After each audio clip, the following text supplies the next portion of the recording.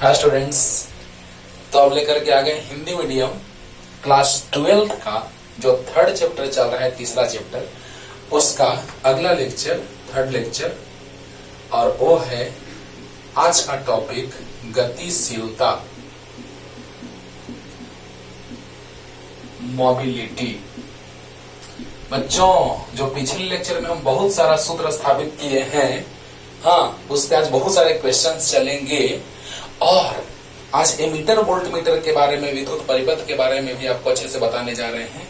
तब Ohm's law पढ़ने में बहुत ही ज्यादा मजा आएगा, है ना, क्योंकि धारा का प्रवाह का माप कैसे करेंगे, है ना, विभवांतर का माप कैसे करेंगे, तभी ना ओम्स लॉ आएगा कि किसी धारावाही चालक तार से प्रवाहित होने वाली विद्युत धारा उसके सिरों के बीच विभवांतर के समानुपाती होता है ना। कब? जब ताप नियत हो तब। तो ओम्स लॉ को सीखने के लिए धारा के बारे में और विभवांतर के बारे में जानकारी अच्छा होना चाहिए। तो गतिशीलता बहुत ही आसान टॉपिक, नाम से ही पता चल रहा है। अच्छा बताइए बच्चों, जैसे ही हम बात करते हैं गतिशीलता का, तो गति नाम से पता चल रहा है, मोबिलिटी, मोबाइल, मूवेबल, गति करने वाला। अच्छा, हम आगे जा रहे हो तो गति प्लस में करेंगे, वो पीछे जा रहे हो तो माइनस में करेंगे, ऐसा नहीं है ना, क्योंकि गति कर रहे हैं तो प्लस में। इसीलिए गतिशीलता का बात करें, इलेक्ट्रॉन रहे चाहे होल रहे, छिद्र रहे, क्योंकि हम अर्धचालक का बात करेंगे तो अर्धचालक में आवेश वाहक होते हैं। चार बात ध्यान से सुनो मेरा, चार बात। अर्धचालक में आवेश वाहक होते हैं इलेक्ट्रॉन और होल, जो 14 चैप्टर में पढ़ाएंगे, 14वां चैप्टर में, है ना। अर्धचालक का पूरा डिटेल वहां चलेगा, लेकिन थोड़ा सा यहाँ भी जिक्र करेंगे। आयनित गैसों में आवेशवाहक जो होते हैं वो इलेक्ट्रॉन होता है और धन आवेशित आयन होता है। आयनित गैसों में, ध्यान से सुनना, आयनित गैसों में आवेशवाहक होते हैं इलेक्ट्रॉन और धन आवेशित आयन। और वैद्युत अपघट्य में जब हम बात करते हैं तो वहां धन आयन और ऋण आयन होता है ना। धन आयन और ऋण आयन किस में? वैद्युत अपघट्य में, जो केमिस्ट्री में आप पढ़ेंगे डिटेल में। और चालक का बात करें, जब धातुई चालक का, तो उसमें इलेक्ट्रॉन होता है आवेशवाहक। इलेक्ट्रॉन का गति हम लोग डिटेल में पढ़ रहे हैं, है ना। तो इलेक्ट्रॉन गति करे, होल गति करे, तो गतिशीलता कभी माइनस में नहीं, क्योंकि हम आगे जाएं या पीछे जाएं, सोचो जरा सा, गतिशीलता माइनस में नहीं, हमेशा प्लस में होता है। क्या है गतिशीलता? तो देखो, एकांक विद्युत क्षेत्र तीव्रता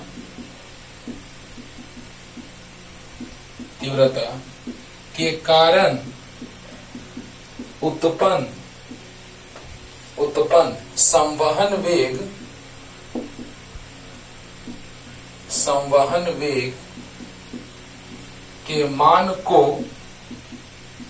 के मान को गतिशीलता कही जाती है।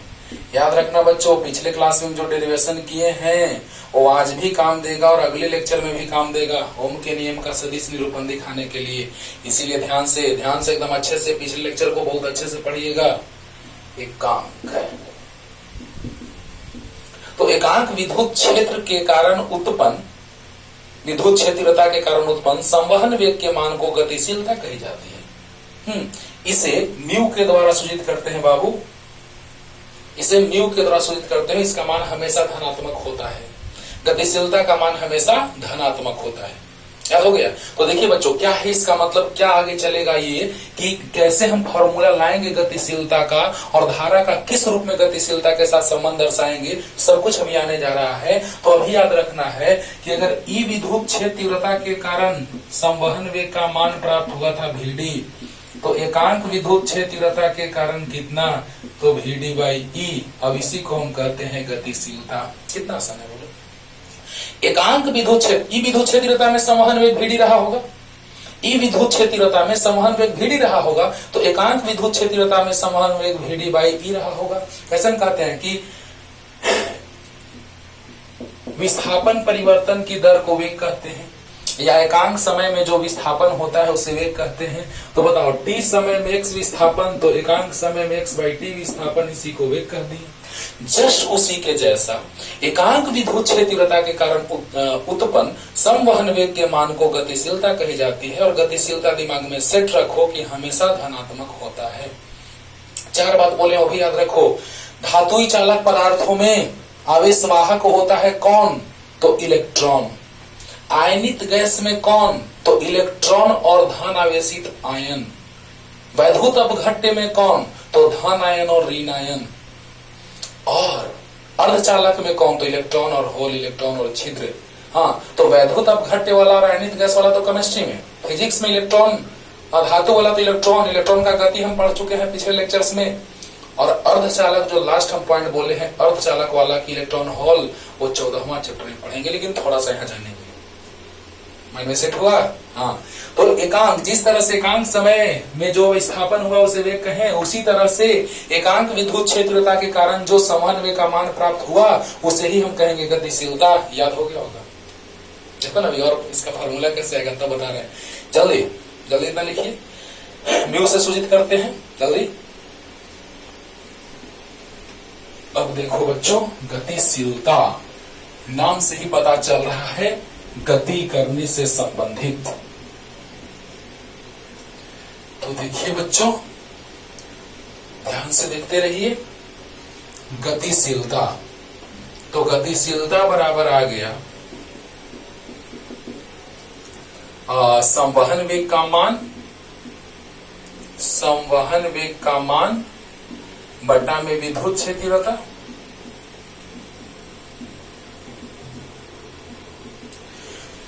तो म्यू बराबर आ गया VD का मान बटा E। क्लियर? अब बताओ बच्चों, VD का मान याद है? पिछले लेक्चर में VD का मान आया था E टाउ E बाई, एक ही बात है, ऐसे भी लिखे थे E टाउ बाई एम लिखो, चाहे E tau E by M लिखो, 2 into 3 3 into 2, गुना में कुछ भी। तो E tau by M E, हाँ, और बटा में E है, E से E कट गया बच्चों। अरे बोलो जल्दी बोलो। तो म्यू बराबर VD बाई E है, तो E tau by M E, VD का मान E tau by M E है और बटा में E से E कट गया, तो म्यू बराबर आ गया कितना? तो E tau by M E. यहां तक कोई दिक्कत? यही आ गया गतिशीलता का फॉर्मूला, म्यू बराबर E tau by M E. Question करेंगे आज ही, क्वेश्चन इसमें करेंगे, है ना? क्लियर है ना? अब देखो बच्चों जल्दी से, ये तो आपको याद होगा। अब देखिए यहां से एक और संबंध आने जा रहा है। म्यू बराबर आ गया VD का मान बटा E। VD का मान मतलब VD, तो VD बराबर आ गया बच्चों mu into E, mu into E। कोई दिक्कत नहीं? बोलो, म्यू बराबर VD बाई E, अभी तुरंत बताए हैं। तो VD बराबर हो जाएगा म्यू इंटू E। तो बताइए I बराबर फॉर्मूला बताए थे NEA VD, एकदम बताए हैं सर। तो NEA VD mu into E, तो I बराबर आ गया बच्चों NEA म्यू E। तो अगर हम कहें धारा और गतिशीलता में संबंध, तो क्या ये नहीं है?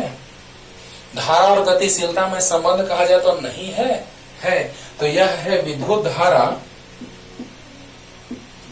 धारा और गतिशीलता में संबंध। बोलो बच्चों, विद्युत धारा और गतिशीलता में संबंध एकदम आसान लगा होगा। अरे म्यू बराबर VD बाई VD बराबर म्यू इंटू E, क्लियर? तो VD के जगह पे हम रख दिए म्यू इंटू E आ गया। और धारा घनत्व और गतिशीलता में क्या संबंध आता है? तो A को नीचे ला दो, तो I बटा A आएगा बच्चों, तो NE म्यू E आएगा। देखो तो NE म्यू E, क्योंकि ये नीचे आ गया, तो इसको J कहते हैं, तो J बराबर आ गया NE म्यू E। ये किस में संबंध आ गया? और विद्युत क्षेत्रता के साथ तो संबंध दर्शा ही रहा है, विद्युत क्षेत्रता के साथ तो संबंध दर्शा ही रहा है, लेकिन यहाँ गतिशीलता के साथ अगर संबंध पूछा जाए तो यह है धारा घनत्व और गतिशीलता में संबंध, धारा घनत्व और गतिशीलता में संबंध। जल्दी लिखो, जल्दी फास्ट। अब देखो बच्चों, थोड़ा मात्रक देख लेते हैं, है ना, और उसके बाद मात्रक बीमा, उसके बाद और भी रिलेशन लाके आपको दिखा रहे हैं, और भी संबंध। मात्रक बड़ा ही इसका फेमस है, बहुत बार पूछता है। VD बटा E, VD है वेग, संवहन वेग, तो वेग का ऐसा ही मात्रक होता है मीटर प्रति सेकंड। विद्युत क्षेत्रता का न्यूटन प्रति कूलम, तो कूलम ऊपर जाएगा तो माइनस पावर है तो प्लस हो जाएगा, न्यूटन ऊपर गया, प्रति न्यूटन प्रति कूलम प्रति सेकंड। देखो कूलम ऊपर गया, -1 था, प्लस हो गया, तो मीटर कूलम प्रति न्यूटन प्रति सेकंड। क्लियर? ओके। या एक और VD बटा E, तो VD क्या होता है? संवहन वेग का ऐसे ही मात्रक, बोलो वेग का ऐसे ही मात्रक मीटर प्रति सेकंड। विद्युत क्षेत्रता का एक और ऐसे मात्रक होता है वोल्ट प्रति मीटर। याद करो, अरे याद करो, म्यू बराबर VD बटा E, राइट, तो मीटर प्रति सेकंड बटा वोल्ट प्रति मीटर, राइट, क्योंकि विद्युत क्षेत्रता का दो ऐसे मात्रक होता है, न्यूटन प्रति कूलम या वोल्ट प्रति मीटर। बोलो, तो बताओ बच्चों, VD मीटर प्रति सेकंड, वेग मीटर प्रति सेकंड, विद्युत क्षेत्रता वोल्ट प्रति मीटर, मीटर ऊपर गया, मीटर स्क्वायर हो गया, और वोल्ट प्रति सेकंड। Any doubt? क्लियर? और वीमा का बात अगर किया जाए बच्चों, तो याद करो, चलो याद दिलाते हैं वीमा का। याद करो, F बराबर होता है QE कि नहीं होता है? बोलो, तो विद्युत क्षेत्रता का बीमा निकल जाएगा, वेग का बीमा तो तुमको याद होगा। अरे जल्दी इतना लिखो, पहले लिखो, जल्दी लिखो। ये हो गया ऐसे ही मात्रक।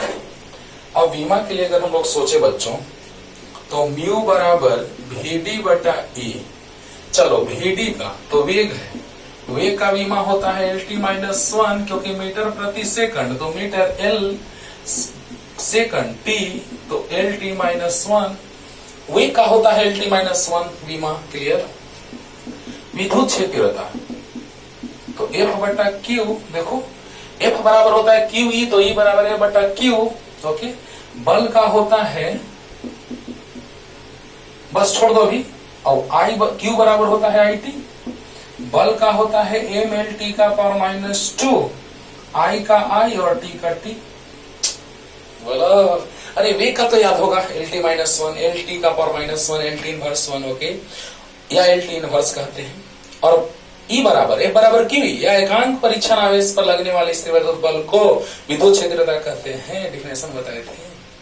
तो बल का MLT का पावर -2, F बराबर M, द्रव्यमान का M, त्वरण का LT-2, ओके, आवेश Q बराबर IT, I का IT का T, तो क्या आ गया? MLT का पावर -3, I का पावर -1। बोलो, MLT का पावर -2 बटा IT, T ऊपर गया -3, I ऊपर गया -1, राइट। अब देखिए बच्चों, यहां से आ गया बीमा, तो म्यू का बीमा बराबर VD बटा E का बीमा, VD का बीमा LT-1 और E का बीमा MLT का पावर -3, I का पावर -1। क्लियर? तो L से L कैंसिल, M ऊपर गया -1, T ऊपर गया, देखो बच्चों T का पावर -3 है, ऊपर 1 है तो 2 हो गया, I का पावर 1 हो गया। अरे बीमा पूछता है कंपटीशन में बाबू। ओके, तो देखो ध्यान देना, म्यू VD बटा E बल MLT-2 बटा IT, ये ऊपर गया -3, ये ऊपर गया -1, राइट। क्लियर? तो यहाँ पे वही आ गया, सही है। और ये वेग का L से L कट गया, M का पावर -1, T का पावर 3 -1 2, I का पावर 1। क्लियर? जल्दी उतारो, जल्दी। अब देखो बच्चों, बीमा भी याद हो गया आपको, मात्रक भी याद हो गया, ऐसे मात्रक। अब थोड़ा सा हम लोग आगे का बात करते अगर हम, तो क्या होगा, थोड़ा सा अर्धचालक लेके चल रहे हैं। अर्धचालक हमको 14 चैप्टर में पढ़ना है, 14 चैप्टर में, लेकिन हम थोड़ा सा अर्धचालक के बारे में जान रहे हैं बाबू। अर्धचालक में याद रखना, आवेशवाहक जो होता है वो इलेक्ट्रॉन और होल होता है। इलेक्ट्रॉन अर्धचालक में, अभी हम सब बोल दिए हैं शुरू में, लेकिन फिर भी लिख दे रहे हैं। अर्धचालक में इलेक्ट्रॉन तथा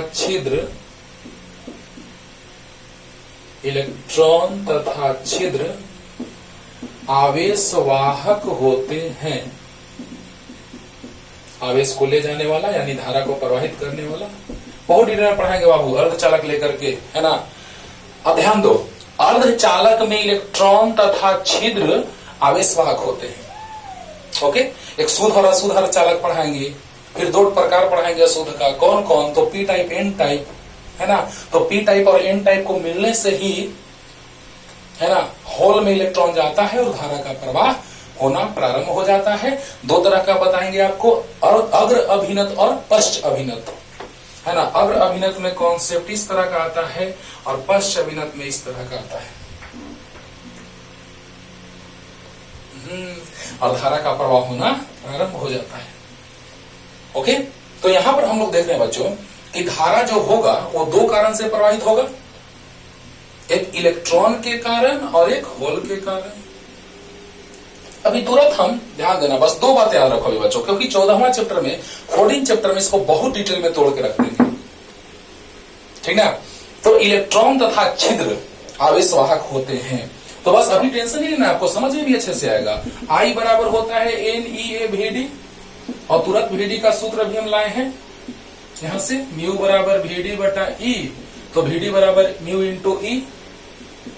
टेंशन नहीं लेना है, तुरंत समझ में आएगा, सब समझ में आएगा। देखो ना, देखो इलेक्ट्रॉन के लिए तो N इलेक्ट्रॉन का होगा, याद होगा, N संख्या घनत्व, हाँ, और E clear, A right, mu electron का, और विद्युत क्षेत्रता, तो विद्युत क्षेत्रता दिए हैं बाहरी, और विद्युत क्षेत्रता बैटरी जोड़े तो विद्युत क्षेत्रता अप्लाई हुआ है, और होल के लिए तो NHEA राइट, और म्यू H और E। देखो बच्चों बस कुछ नहीं याद रखना है, ध्यान देना। E आवेश तो बराबर होगा मान, क्षेत्रफल वही है तार का, चालक तार का, विद्युत क्षेत्रता वही है, हाँ। इलेक्ट्रॉन और होल का संख्या घन तो अलग अलग हो सकता है, इलेक्ट्रॉन होल की गतिशीलता अलग अलग हो सकती है, लेकिन धारा का प्रवाह का बात करेंगे तो गतिशीलता का मान धनात्मक, तो धनात्मक तो धारा भी धनात्मक, तो दोनों के लिए मान धनात्मक, दोनों जोड़ेंगे तो कुल धारा आ जाएगा। तो यहाँ पे N इलेक्ट्रॉन का, N होल का, म्यू इलेक्ट्रॉन का, म्यू होल का, बस इतना भी याद रखिए, क्योंकि हम अर्धचालक में बहुत डिटेल में इसको पढ़ाने वाले हैं। लेकिन यहाँ भी जब गतिशीलता का बात आया है तो बताएंगे, इलेक्ट्रॉन होल के बारे में पूरा तोड़ के रख देंगे 14 चैप्टर में। लेकिन अभी समझ में आ रहा होगा कि इलेक्ट्रॉन के लिए इलेक्ट्रॉन लिख दिए और होल के लिए होल लिख दिए, बस ये चीज तो अच्छे से समझ में आ रहा होगा। अब देखो बच्चों, I बराबर क्या बाहर लेके चल दे, तो EAE NE mu E plus NH mu H। तो बताओ बच्चों, यहां से संबंध आ गया धारा का अर्धचालक के लिए, किसके लिए, ये अर्धचालक के लिए। लेकिन एक बड़ा इंटरेस्टिंग चीज लाने वाले हैं, पिछले लेक्चर में हम ये पढ़ाए हैं आपको, J बराबर सिग्मा इंटू E, बहुत यूज में आएगा ये सब, आगे भी अगले लेक्चर में भी आएगा बाबू, ओम के नियम का यही सदिश निरूपण, है ना। सिग्मा रो वाला याद करो, इसको हम लिखते थे J बराबर 1/ρ इंटू E, रो से गुना हो जाता था, हाँ। अगले लेक्चर में बताएंगे ओम का नियम, ओम के नियम का सदिश निरूपण, तो पता चलेगा। लेकिन अभी हमको इससे मतलब है, मोड ले लिए दोनों तरफ। तो बताओ बच्चों, यहां से ध्यान देना क्या होगा, ध्यान देना, मजा आएगा एकदम। यहां से हम लिख सकते हैं I/A बराबर E, ध्यान देना ऐसे लिखे, देखो तो E को खाली बाहर रख दो, छोड़ दो, अब इस E से गुना कर दो, NEE mu E plus NHE mu H।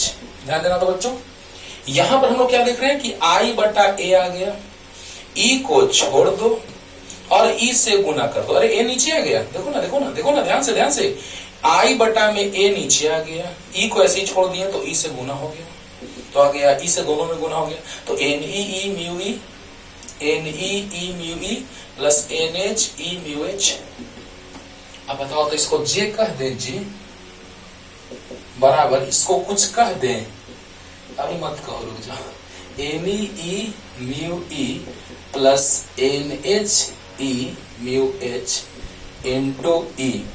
अब देखो तो बच्चों, इससे इसका तुलना किया जाए तो ये अर्धचालक की चालकता नहीं है। चालकता के बारे में थोड़ा समझाया, जल्दी उसको लिख लो ना पहले जल्दी। अब अगर तुलना किया जाए तो क्या होगा, ध्यान दीजिएगा। तो J बराबर हम लोग सिग्मा इंटू ई जानते हैं। तो देखो J बराबर समथिंग इंटू ई है, तो J बराबर सिग्मा इंटू ई नहीं हो जाएगा? अरे वाह, इसलिए सिग्मा बराबर हो गया N E into mu E plus N H E into mu H. बोलो, J बराबर समथिंग इंटू ई है ना, तो J बराबर समथिंग इंटू ई यानी something is equal to this one है ना। तो यही हो गया क्या, तो ये हो गया अर्धचालक की चालकता। बस याद रखना है बच्चों, चालकता हम आगे डिफाइन करेंगे अगले लेक्चर में। जब ओम का नियम चलेगा तो प्रतिरोध आएगा, चालकत्व आएगा, प्रतिरोधकता आएगा, चालकता आएगा। टेंशन नहीं लेने का, बस लाइन बाय लाइन अच्छे से आप लेक्चर को पढ़ते जाइए, बहुत ही मजा आने वाला है ना। तो बताइए बच्चों, अभी बस अर्धचालक थोड़ा सा याद रखो, ऐसे तुमको सब समझ में आ रहा होगा। हम यही सिर्फ कहे हैं कि अर्धचालक में इलेक्ट्रॉन और छिद्र, तो इलेक्ट्रॉन के लिए ई और छिद्र के लिए होल एच, होल छिद्र HOLE होल। तो बताइए बच्चों, सिग्मा अर्धचालक के लिए आ गया कितना, एन ई, एन है संख्या घनत्व इलेक्ट्रॉन का, ई है मूल आवेश, म्यू ई है इलेक्ट्रॉन का गतिशीलता, एन एच है होल का, बोलो बोलो, होल का संख्या घनत्व, अरे एन संख्या घनत्व है, तो एच तो होल का, ई तो इलेक्ट्रॉन का, और म्यू तो गतिशीलता होल का, और ये मूल आवेश। क्लियर, क्लियर हुआ कि नहीं हुआ, समझ में आ गया, आया बच्चों। तो गतिशीलता हमेशा धनात्मक होता है, बात दिमाग में रखना। चालक पदार्थ के लिए, धातुई चालक पदार्थ के लिए इलेक्ट्रॉन जो होता है वो आवेशवाहक का काम करता है, जो हम लोग पढ़ रहे हैं, हम लोग को यही पढ़ना है। चालक के लिए इलेक्ट्रॉन गति करता है, तो इलेक्ट्रॉन के विपरीत दिशा में परंपरागत धारा यानी विद्युत धारा का प्रवाह होता है। आयनित गैसों में हम लोग जानते हैं क्या, तो आयनित गैसों में इलेक्ट्रॉन और धन आवेशित आयन आवेशवाहक होते हैं, जो हमको केमिस्ट्री में पढ़ना है। विद्युत अपघट्य में धन आयन ऋण आयन, वो भी केमिस्ट्री में पढ़ना है। और अर्धचालक का बात करें तो इलेक्ट्रॉन होल, जो हमको 14वां चैप्टर में पढ़ना है फिजिक्स में, लेकिन हम थोड़ा सा आपको आइडिया देते हैं। तो जल्दी तुरंत क्वेश्चन लेके आ रहे हैं। क्वेश्चन लेके आ गए बाबू, देखा जाए इतना टाइम से हुआ हम लोग का, ध्यान दीजिए। तो पहला ही क्वेश्चन हम ले लिए गतिशीलता पे, फिर उस सारे फॉर्मूला पे। बहुत ही इंटरेस्टिंग प्रश्न, बहुत सारे कंपटीशन से उठाए गए हैं और बहुत सारे आपके बुक से उठाए गए हैं, बहुत अच्छे अच्छे बुक से, है ना। तो देखा जाए बच्चों, ध्यान दिया जाए। पहला क्वेश्चन एकदम सब अच्छे से बनेगा, बस फॉर्मूला तुम याद रखना। सब फॉर्मूला जो हम पिछले लेक्चर में बताए हैं उसको अच्छे से याद रखो, आज भी काम देगा। और ओम के नियम का सत्यापन करेंगे तो भी काम देगा, यानी अगले लेक्चर में भी काम देगा, है ना। तो आइए स्टार्ट करते हैं। पहला क्वेश्चन क्या कह रहा है, जल्दी से पॉज करके लिख लीजिए बच्चों, जल्दी। पहला क्वेश्चन कह रहा है कि 0.5 मीटर लंबाई के चालक तार के सिरों के मध्य 10 वोल्ट का विभवांतर दिया जाता है। अच्छा, लंबाई दिया है 0.5 मीटर, मिटा है बच्चों, लिखिए 10 वोल्ट का विभवांतर दिया जाता है, यानी V बराबर कितना, 10 वोल्ट, 10 वोल्ट। ओके, अनुगमन वेग या संवहन वेग याद है, संवहन वेग या अनुगमन वेग एक ही का दो नाम था, बोले थे। तो 2 गुना 10 का पावर -4 मीटर प्रति सेकंड। तो कह रहे हैं कि इलेक्ट्रॉनों की गतिशीलता कितनी होगी। वाह, एक बार अच्छे से बाबू, जब भी क्वेश्चन को हम बताएं वीडियो को पॉज करके, और आप समझ लिया कीजिए उसको पढ़ के क्या कह रहे हैं क्वेश्चन। तो याद करो, ये बताए थे, बार बार हम ये रिपीट करते रहते हैं। E बराबर KQ/R square, KQ/R into 1/R। तो E बराबर KQ/R को भी कहते हैं 1/R, R मतलब दूरी, दूरी मतलब लंबाई, लंबाई L है, ऐसा हम यूज किए हैं। E बराबर V/L, याद करो। तो बताओ बच्चों, E बराबर हम लोग को याद है V/L। ओके, बहुत बार बताया, अब तक याद हो गया होगा, लेकिन हम नहीं चाहते कि तुम कंफ्यूज करो, इसलिए हम बार बार लिख देते हैं बच्चों। तो E बराबर हम लोग जानते हैं कि V/L होता है। हम लोग को निकालना क्या है, तो गतिशीलता। व्हाट, क्या, गतिशीलता। तो देखो बच्चों E बराबर V बाई एल, तो V है 10 वोल्ट, L है 0.5 मीटर, तो वोल्ट प्रति मीटर हो गया सही मात्रक, या न्यूटन प्रति कूलम भी होता है। हाँ, तो 0 ऊपर जाएगा, पॉइंट हटेगा तो 0 ऊपर, यानी 100/5 वोल्ट प्रति मीटर, यानी 20 वोल्ट प्रति मीटर। ओके, और अब बताइए बच्चों, जल्दी से लिख लो ना इतना। एल दिया है क्वेश्चन में, भी दिया है क्वेश्चन में, भी दिया है क्वेश्चन में, तो E बराबर V बाई एल हम लोग को पता है। जो डाटा दिया है उसके हिसाब से हम लोग सोचेंगे कि म्यू बराबर क्या होता है। तो म्यू बराबर हम लोग जानते हैं कि VD का मान बटा E होता है। तो VD क्वेश्चन में दिया है, E की जरूरत है, तो E बराबर V बाई एल होता है। तो V बाई एल से हम लोग सोल्व कर लिए, पॉइंट हटेगा ऊपर 10 जाएगा, 10 × 100/5 20 बार में, क्लियर। तो म्यू बराबर, इसको लिखो ना जल्दी से, जल्दी जल्दी जल्दी। अब देखो 20 आ गया है, E बराबर, तो म्यू बराबर होता है बाबू VD बटा E। तो VD कितना, 2 × 10⁻⁻⁴, और E कितना आया है 20। अभी तुरंत निकाले हैं। तो बताओ बच्चों 10 बार में तो आ गया 10⁻⁻5। अरे ऊपर गया, अरे बोलो बोलो। तो बताओ बच्चों, यहां से सही मात्रा 2 ठो आया था, याद करो। एक आया था मीटर स्क्वायर प्रति वोल्ट प्रति सेकंड, अब वोल्ट के रूप में दिया है तो यही वाला ऐसे ही मात्रा लिख दिए। कैसे आया था याद करो, इसका मीटर प्रति सेकंड और इसका वोल्ट प्रति मीटर। तो मीटर बटा सेकंड इंटू मीटर बटा वोल्ट, मीटर स्क्वायर प्रति वोल्ट प्रति सेकंड। अरे अभी जस्ट बताए हैं पीछे ऐसे मात्रा और बीमा, तो लिख लो जल्दी से, बन गया। आसान लगा ना, हाँ जल्दी।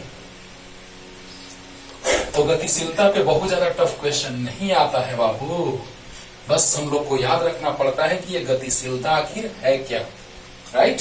अब देखिए क्वेश्चन में लाजवाब, ध्यान देना। अगर कोई भी चालक तार दिया रहे तो समझ जाओ कि उसे धारा का प्रवाह नियत हो रहा है। अगर कोई धारा इससे प्रवाहित हो रहा है तो नियत हो रहा है। अगर क्वेश्चन में कुछ नहीं कहा है तो समझ जाओ बैटरी से जोड़ेंगे, डीसी बैटरी से जोड़ेंगे, धारा का प्रवाह नियत होगा। यानी जितना धारा आ रहा है, तुम ही बताओ, शॉर्ट में सोचो, जितना पानी यहां से आ रहा है उतना ही पानी बाहर जा रहा है। बोलो बोलो, जितना धारा आ रहा है उतना ही धारा जा रहा है, वाह वाह। अब बताओ, सोचने वाली बात है, यहाँ पर धारा का जो वेग होगा वो कम होगा, यहाँ ज्यादा होगा। आइडिया मिलने लगा। और धारा घनत्व जो होगा वो यहाँ ज्यादा होगा, यहाँ कम होगा। सब कुछ पहले ही मिल रहा है बच्चों, पता चल रहा है, सब कुछ पहले ही पता चल जा रहा है क्वेश्चन में। यानी 3 क्वेश्चन जो कंपटीशन में पूछे गए हैं, तीनों का क्वेश्चन का एकदम शॉर्ट फॉर्मेट हम यहाँ रख दिए हैं और तुरंत क्लियर हो जाएगा। एक साथ तीनों समझाने जा रहे हैं। अब सोचो कि यहाँ पर धारा घनत्व तो ज्यादा कम और यहाँ ज्यादा पतला है, यहाँ पे तार, यहाँ धारा घनत्व ज्यादा होगा, यहाँ पर वेग भी ज्यादा होगा। अरे वाह, विद्युत क्षेत्रता क्या होगा वो अभी हम देख रहे हैं। ये 1 है, ये 2 है, मतलब ये वाला भाग जो है मोटा वाला 1 के लिए, ये 2 मान लिए। क्लियर। देखिए स्टार्ट करते हैं बच्चों। तो याद करो, इस मोटे वाले तार का क्षेत्रफल कितना होगा, धारा तो बराबर होगा, तो I1 बराबर I2 होगा। बहुत अच्छा होगा। अच्छा याद है J बराबर I/A होता है, J बराबर I/A होता है, तो I बराबर J इंटू A होगा। बहुत अच्छा, तो I1 हो जाएगा J1A1 और I2 हो जाएगा J2A2। क्लियर। I1 होगा J1A1, I2 होगा J2A2। क्लियर। ओके। अब देखिए बच्चों, J1A1 बोलो, इसका क्षेत्रफल बोलो। तो हम लोग लेते हैं, चालक तार जब लेते हैं तो हम लोग प्रस्थ काट का क्षेत्रफल लेते हैं। तो क्षेत्रफल कितना हो जाएगा, तो πr², r मतलब कि 2r², और J2 इंटू A2 तो πr²। बोलो बोलो। तो बच्चों पाई से पाई कैंसिल, सॉरी यहाँ J1 है बच्चों, J1 है, तो J1 बटा में J2, तो r² बटा में 4r², तो 1/4 आ गया। यानी J1 अनुपात J2 जो आया 1/4, यानी 1:4 आया। सही बात है, J2 ज्यादा होगा, यहाँ पे धारा घनत्व तो ज्यादा होगा। समझ में आया कि नहीं आया। देखो बच्चों ध्यान से एक बार, जे बराबर होता है I बाई ए, तो I बराबर J इंटू ए, नो डाउट। तो I बराबर J इंटू ए होगा। तो I बराबर I1 J1 A1 I2 J2 A2, बहुत अच्छा। J1 A1 मतलब अनुप्रस्थ काट का क्षेत्रफल pi R square, pi R मतलब 2r square, J2 pi R square, pi से पाई कैंसिल, J1 बटा J2 आर स्क्वायर बटा 4r square, R square R square cancel, 1/4, J1 अनुपात J2 1/4, आंसर क्लियर। तो बच्चों यहां पर आ गया घनत्व, धारा घनत्व अगर 1 तो यहां पर 4, मतलब इसका यहां 4 गुना धारा घनत्व होगा। क्लियर? तो आ गया J1 अनुपात J2, आंसर आ गया। अब देखो यहां से हम लोग बहुत सारा यहां से रिलेशन हम लोग जानते हैं, तुरंत ला देंगे। देखो बच्चों जल्दी जल्दी, अब देखो यहां से याद करो, J बराबर होता है NeVd, होता है। तो बताइए कोई भी चालक तार रहेगा उसमें कुल इलेक्ट्रॉनों की जो संख्या होगी एकांक आयतन में, वो तो निश्चित होगी, ये और ये तो निश्चित होगी। तो जो अनुपात इसका होगा वही अनुपात इसका होगा। जल्दी बोलो जल्दी बोलो। अरे जो अनुपात इसका होगा वही अनुपात इसका होगा, या ऐसे समझो I बराबर होता है ना NeVd, कि नहीं होता है? होता है। तो ऐसे भी बना सकते हैं Ne नियत, I नियत, धारा नियत। तो A और Vd1 होगा जो O, दोनों कैसे किस तरह से निर्भर करेगा जरा सा देखो। I1 बराबर है I2 के, तो I1 बराबर होगा, ये तो नियत है, ऐसे क्षेत्रफल बदल रहा है, देखो त्रिज्या बदल रहा है तो क्षेत्रफल बदल रहा है। तो I1 तो N और E नियत, क्योंकि उसके अंदर इलेक्ट्रॉन जो होगा एकांक आयतन में वो तो इधर उधर भाग नहीं रहा है, उसके अंदर रह रहा है। तो एकांक आयतन में इलेक्ट्रॉनों की संख्या जो होगी नियत, आवेश नियत, तो क्षेत्रफल बदल रहा है, Vd बदलेगा। देखो तो I2 अगर मानेंगे NeA2 और Vd2, I1 I2 बराबर है तो ये बराबर होगा। अरे जल्दी बोलो, I1 I2 बराबर है तो ये बराबर होगा, यानी कि लिख सकते हैं कि NeA1 Vd1 बराबर, क्यों? क्योंकि I1 I2 के बराबर है, और NeA2 Vd2, जल्दी लिख लो जल्दी। अब देखो बच्चों यहां से Ne कट गया, क्षेत्रफल पाई आर स्क्वायर मतलब 2r स्क्वायर, और dV1 बराबर, शॉर्ट में ही बताएंगे अभी लॉन्ग में बता रहे हैं, और A2 पाई आर स्क्वायर, इसका त्रिज्या है 2r तो 2r स्क्वायर, इसका त्रिज्या है r तो r स्क्वायर, और Vd2 पाई से पाई कट गया, तो Vd1 बटा Vd2 r स्क्वायर बटा में 4r स्क्वायर, यानी 1/4। देखो तो वही आया, जो इसका अनुपात आया था वही इसका आया। अब शॉर्ट में बताने में हमको मजा आएगा। तो बताओ बच्चों कि Vd1 अनुपात Vd2 1/4, Vd1 अनुपात Vd2 1/4, और J1 अनुपात J2 भी आया था 1/4। डिटेल में समझा रहे हैं कि कभी दिक्कत ना हो, है ना। अब देखो बच्चों कैसे, जल्दी से उधारो, एकदम क्लियर हो गया होगा, कुछ नहीं। I1 I2 बराबर होगा NeA1 Vd1 NeA2 Vd2, एकांक आयतन में इलेक्ट्रॉनों की संख्या जो होगी नियत होगी, है ना। क्यों इसका ऐसे मात्रक प्रति मीटर क्यूब, अच्छा उस पर भी नहीं आया है बच्चों, अब इधर ही है। यहां पर Ne तो N और E का अगर हम बात करें तो उसके अंदर जितने एकांक आयतन में इलेक्ट्रॉन है वो वही रहेंगे, उसके अंदर ही रहेंगे, और नियत, ये भी नियत, आवेश भी नियत। A1 Vd1 A2 Vd2, right. A1 pi R square Vd1, A2 pi R square Vd2, तो ये कट गया, तो Vd1 बटा Vd2 r स्क्वायर बटा 4r स्क्वायर, क्लियर। अब देखो इसको शॉर्ट में कैसे बनाते हैं, देखो बच्चों J बराबर NeVd, नियत, तो J का अनुपात जो होगा वही Vd का अनुपात होगा। अरे बोलो बोलो, अरे N और E, N एकांक आयतन में इलेक्ट्रॉनों की संख्या, यही तो है इलेक्ट्रॉनों की संख्या बटा आयतन, इसीलिए हम यहाँ पे बोले थे कि मात्रक पावर -3 होगा, m का पावर -3 मतलब मीटर इनवर्स 3। क्यों? क्योंकि संख्या घनत्व तो हम आपको बताया है कि एकांक आयतन में इलेक्ट्रॉनों की संख्या, तो संख्या बटा आयतन, अरे इलेक्ट्रॉनों की संख्या बटा आयतन, संख्या का कोई ऐसे मात्रक नहीं होता है। आयतन का मीटर क्यों होता है, ऊपर जाएगा, प्रति मीटर क्यों हो जाएगा, वही बोल रहे हैं। अब बताओ बच्चों कि यहाँ पर जो इसका समानुपात होगा वही इसका, यानी ये इसके समानुपाती है, तो जो इसका अनुपात वही इसका अनुपात होगा कि नहीं, तो सही बात है। हेलो, और विद्युत क्षेत्रता भी यहां से पता चल जाएगा बच्चों तुरंत। जल्दी लिखिए जल्दी। देखिए बच्चों ऑब्जेक्टिव में आया हुआ क्वेश्चन, लेकिन कैसे हम लोग कितना आसानी से सोल्व कर रहे हैं, अब और मजा आएगा, देखो ना, बस देखते रहो। याद है जे बराबर, सब फॉर्मूला याद रखना होगा, पिछले क्लास में प्रूफ किए हैं। तो सदिश रूप ये था लेकिन मान ये था। अरे बोलो, अब बताओ बच्चों, सिग्मा कोई भी चालक तार रहेगा उसकी प्रतिरोधकता और चालकता नियत होगी। सब कुछ अगले लेक्चर में चलेगा, उनके नियम के बाद सब कुछ, लेकिन हम थोड़ा सा समझा चुके हैं पिछले लेक्चर में कि प्रतिरोधकता चालकता एक दूसरे के व्युत्क्रमानुपाती होता है। चालकता जो होता है प्रतिरोधकता के व्युत्क्रम को चालकता कहते हैं। थोड़ा सा समझाए हैं, लेकिन इसका डिटेल अभी आगे। अब बताओ बच्चों, यहाँ पर कोई भी चालक तार रहेगा उसकी चालकता नियत होगी।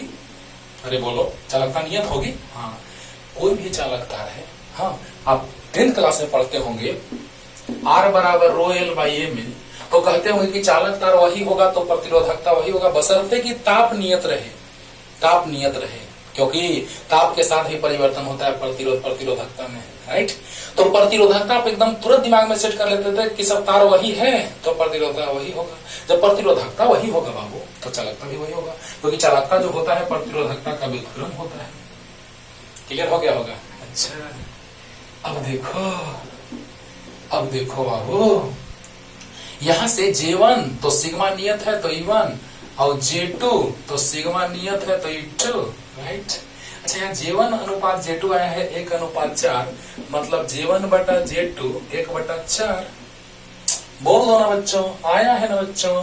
तो बताओ J1 बटा J2 लिखेंगे, ओके, अब मिटा देते इसको, चलो, और सिग्मा से सिग्मा कट जाएगा, E1 बटा E2। अब बताओ J1 बटा J2 कितना है, 1/4 बराबर E1 बटा E2। बेटा दे इसको। अब देखो बच्चों, तो आ गया कितना, E2 बराबर आ गया 4E1। E2 बराबर 4E1, यानी E2 E1 से 4 गुना होगा। अगर E1 1 होगा तो E2 4 होगा, और E1 अगर 1 होगा तो 1 गुना 4 4 होगा E2। वाह, यानी E2 का मान ज्यादा है E1 से। देखो ऊपर दिए गए प्रश्न में E2 तथा E1 तथा E2 में कौन बड़ा होगा, तो बताइए बच्चों, E2 बड़ा है E1 से कि नहीं है? तो शॉर्ट में ऐसे आप कहिए, अब डायरेक्ट एकदम बता रहे हैं बच्चों, एक लाइन में आप बना लीजिएगा, तुरंत बना लीजिएगा। ये तो आप डेरिवेशन आपको आता है, J1 बराबर सिग्मा E1 आपको याद है पहले से, हम पिछले लेक्चर में प्रूफ किए हैं इसको। तो J2 बराबर सिग्मा E2 होगा, सिग्मा नियत होगा, नियत चालक तार के लिए, निश्चित चालक तार के लिए भाग देंगे 1/4 E1/2, E2 बराबर 4E1, यानी E2 बड़ा है E1 से। शॉर्ट में देखो, जहां पतला भाग होगा वहां संवहन वेग भी ज्यादा होगा, धारा घनत्व भी ज्यादा होगा, विद्युत क्षेत्रता का मान भी ज्यादा होगा। तीनों प्रश्न एक साथ बन गया, तुरंत बन गया 5 सेकंड के अंदर। धारा घनत्व ज्यादा, वेग ज्यादा और विद्युत क्षेत्रता ज्यादा, 5 सेकंड के अंदर तीनों क्वेश्चन बन गया। तो जल्दी अब देखिए बच्चों, इसके बाद जो सारे फॉर्मूला हमने पढ़ाया है, बहुत सारे फॉर्मूलों को मैंने पढ़ाया है, तो वो सब फॉर्मूला पे आधारित प्रश्न सामने है आपका। देखिए क्या क्या दिया है 4 नंबर क्वेश्चन में, 4 नंबर प्रश्न में। देखा जाए बच्चों, ध्यान से देखिए। 2 सेंटीमीटर इसका अनुप्रस्थ काट के क्षेत्रफल वाले चालक तार से प्रवाहित होने वाली विद्युत धारा, क्षेत्रफल दिया है 2 मीटर स्क्वायर, 2 सेंटीमीटर स्क्वायर। तो सेंटीमीटर स्क्वायर को मीटर स्क्वायर में बदल दो, -4 से गुना। अरे बोलो, 2 गुना 1 सेंटीमीटर का स्क्वायर लिख सकते हैं, 2 सेंटीमीटर स्क्वायर को लिख सकते हैं 2 गुना 1 सेंटीमीटर स्क्वायर, और 1 सेंटीमीटर को लिख सकते हैं 10⁻² मीटर का स्क्वायर। तो 2 गुना 10⁻⁴ मीटर स्क्वायर होगा, इतना तो आता है हमको। अब देखिए जी, अब आई दिया है कितना, 2 एम्पियर, और क्या दिया है, 2 सेंटीमीटर स्क्वायर अनुप्रस्थ काट के क्षेत्रफल वाले चालक तार से प्रवाहित होने वाली विद्युत धारा 2 एम्पियर तथा इस चालक तार के एकांक आयतन में इलेक्ट्रॉनों की संख्या, ओहो एन दिया है बच्चों 4 गुना 10 का पावर 28 प्रति मीटर क्यूब। तो संवहन वेग Vd बराबर व्हाट, इन सभी को देख के मन में क्या ख्याल आया कि Vd बराबर होगा NE, I बराबर याद है फॉर्मूला NEAVD कि नहीं याद है? बोलो बोलो, अरे बोलो यार। I बराबर NEAVD होता है, तो I दिया है 2 एम्पियर। अच्छा Vd बराबर लिख सकते हैं बच्चों I बटा NEA, I 2 है, N 4 गुना 10 का पावर 28 है, E मूलावेश 1.6 10 का पावर माइनस 19 याद होगा, NE और A कितना, तो 2 गुना 10 का पावर माइनस 4, तो इस 2 से ही 2 कट गया, तो कितना जाएगा बच्चों Vd बराबर, तो 1 बटा 16 में 4 से गुना करेंगे यानी 1.6 में 4 से 6.4 आएगा, और 10 का पावर 28 में से कितना है, हम माइनस 19 होता है बच्चों पावर, 1.6 गुना 10 का माइनस 19 होता है मूलावेश, माइनस 9 लिखा गया था। तो ये जोड़ेंगे तो कितना आएगा, 23 आएगा, 19 और 4 23, तो माइनस 23, 5 28 में से माइनस 23 जाएगा, 5 बचेगा और 5 सोल्व करने आता है तुमको यार, इसके बाद सोल्व कर लेना और डॉट डॉट आंसर। बोलो 1 बाई 2 से 2 कट गया, 1 बाई 1.6 इंटू 4 और माइनस 19 माइनस 4 माइनस 23, 28 में से 23 गया माइनस 23 यानी 28 में से 23 गया 5, सोल्व कर लेगा। क्लियर, जल्दी करो। चलने, ये तो आसान क्वेश्चन था, ये थोड़ा टफ, और ये तो भाई मत कहो, ये डायरेक्ट एकदम JEE mains advance like question है ना, जल्दी उतारिए। अब देखो बच्चों नेक्स्ट क्वेश्चन, नेक्स्ट भी इंपॉर्टेंट है, नीट वगैरह में ऐसा क्वेश्चन आया हुआ है ना, लगता है कि जेईई मेंस में भी आया हुआ ऐसा क्वेश्चन। देखिए संवेग निकालना है बच्चों, इलेक्ट्रॉनों का संवेग, बहुत ही लाजवाब क्वेश्चन। देखो कैसे तुलना करना है, ध्यान दीजिएगा ध्यान से। 1 मीटर लंबाई के तांबे के बने सीधे एक धारावाही चालक तार से प्रवाहित धारा 16 एम्पियर है, तो लंबाई कितना है बच्चों 1 मीटर, धारा कितना है 16 एम्पियर, राइट। और क्या दिया है, संवेग निकालना है, कुछ नहीं दिया है। ओके, 1 मीटर लंबाई के तांबे से के सीधे धारावाही चालक तार से प्रवाहित धारा 16 एम्पियर हो, तो इलेक्ट्रॉनों का संवेग ज्ञात करें, यानी पी निकालना है। बोलो बोलो बोलो। अच्छा याद करो बच्चों, किसी चालक तार में कुल इलेक्ट्रॉनों की संख्या कितनी होगी, तो बताइए एकांक आयतन में इलेक्ट्रॉनों की संख्या n होती है, तो भी आयतन में इलेक्ट्रॉनों की संख्या कितनी होगी, तो n भी, n याद है, n तो n है, और आयतन क्षेत्रफल गुना लंबाई, अरे बोल दो आयतन, चालक तार है उसका आयतन कितना होगा,